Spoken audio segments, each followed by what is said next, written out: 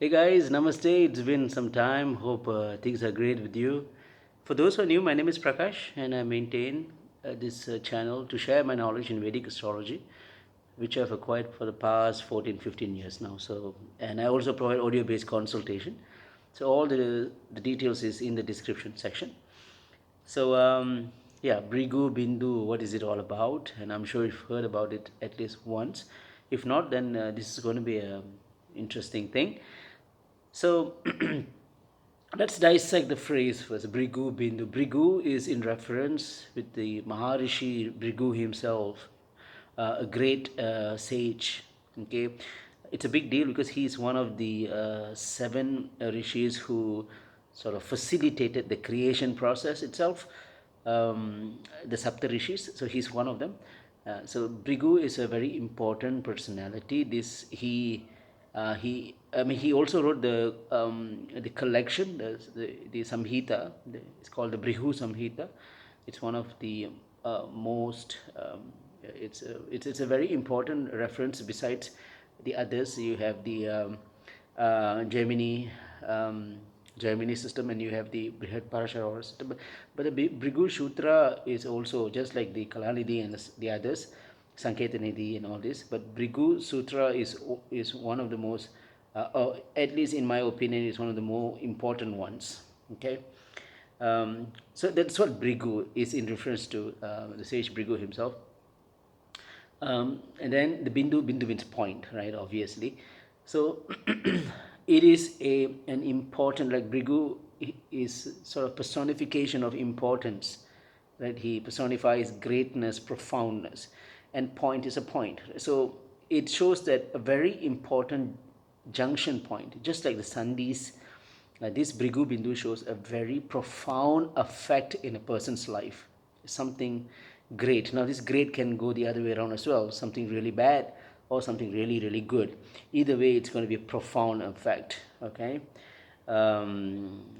like some people may lose their, one of their limbs, or some people will get like maybe a Nobel Prize. It's something really profound that occurs in a person's life, which will pave their way towards destiny. Okay, now destiny is an important concept, especially in Vedic astrology, because it's karmic based.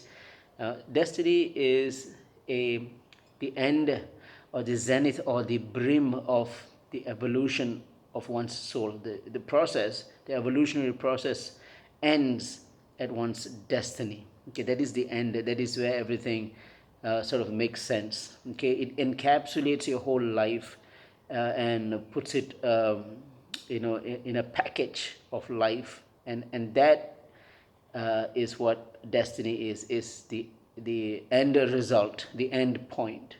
Okay, now Brigu Bindu is the datum, the beginning, the reference that actually leads to destiny. So if you want to know what your destiny is, in other words, look at where your Brigu Bindu is. Okay, where the point is. Now the point is quite easy to understand, but not so easy to find. But of course, there's a math. If you're interested in mathematics and the calculation, you can send me a separate email.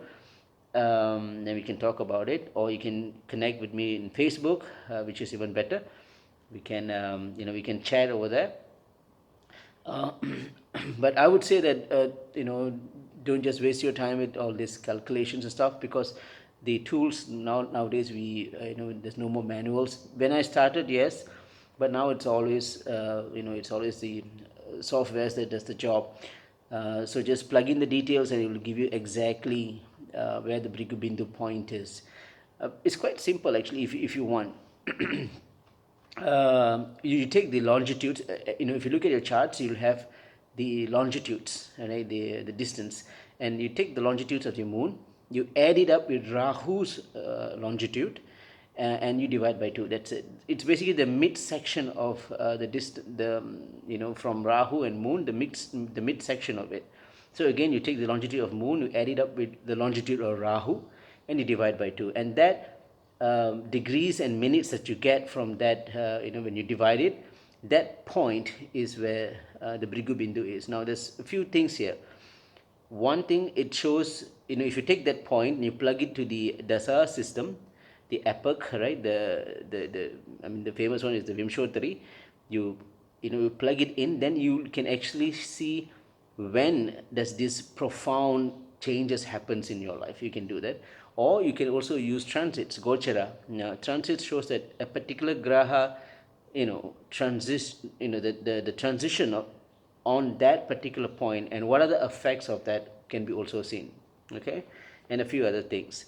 But end of the day, it is a point of great profoundness. Okay, um, maybe I should talk about a little bit about karma, because it is a very it's an active, it's a karmically active point. It's like, um, look at it like a water dam. Okay, what happens if the water dam breaks?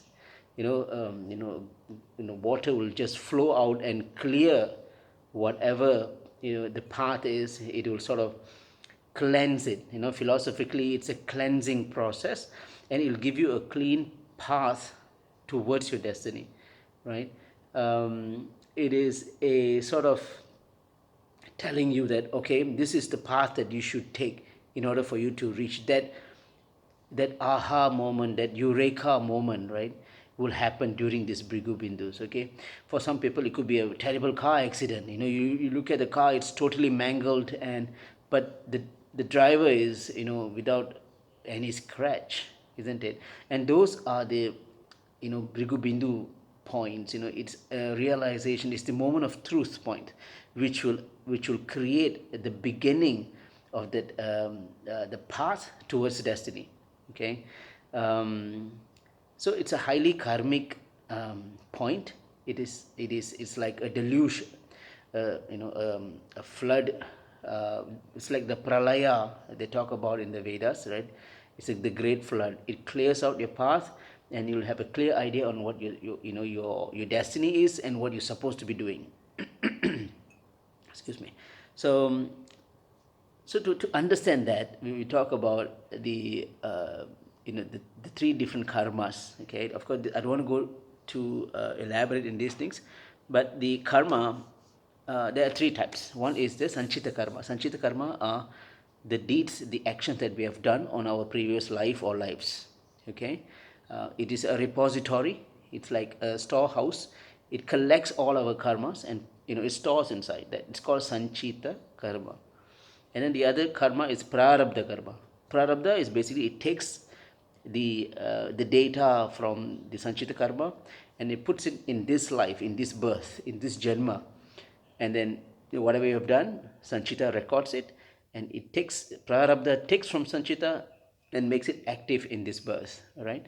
So whatever that we're going through, good, bad, whatever experience that we sort of go through in life, is based on the sanchita karma. But the atonement, the one that makes it happen, is the prarabdha karma. Okay. Now there's another type of karmas called the kriyamana karma. The kriyamana is the actions that we do right now. Okay, the one that we do right now, and that is like the future, the effect of the future consequence that we're doing right now, right? The cause and effect of what you're doing right now. Remember, sanchita is the previous lives. Prarabdha takes from sanchita and gives it to us. So whatever they're going through right now is based on the sanchita karma. All right. The prarabdha takes that and atones it. The reparation is done by prarabdha. But whatever we do now, the new deeds, the new karma, or the new actions that we do, is sort of stored again in the kriyamana karma. Um, Kriya, they also call it the agami karma. It's basically an impending future, okay, the one that's yet to happen. So it stores there. Now, what they say, the Vedic philosophy talks about that. You can reduce the effect. You cannot get rid of karma. Obviously, whatever you have done, you will have to, good or bad, you have to take it. Either it is it will give you bad repercussions, ramifications, or will give you benefits, fruitful results. But either way, you have to go through, which is what the prarabdha is all about. But then our future can be controlled by us, which is where the kriya mana karma comes. Okay, it tells us if you do good things now, down the road, you'll have a better life. That's what kriya mana is. So you have the sanchita prarabdha, the kriya mana, or also called as the agami karma. So these are it's sort of packaged. These three things are packaged and placed on the Brighu point. So when you cross that point, in your charts, in your dasa, you can check, when you cross that point, that entire prarabdha karma's effect, the entire of it will be seen on that particular point. So that particular day, that particular moment of truth will change your entire life. So Brighu Bindhu is a huge deal, it's a big thing. When I work on past life analysis, that is one of the things that I personally look at and see what are the effects. It's one thing to know about your past life, but it's important to understand what will happen in this birth. So Brighu Bindhu gives us that good understanding on what are the things that is coming for us. What are the things that you have to get ready. Something really, really huge, something profound.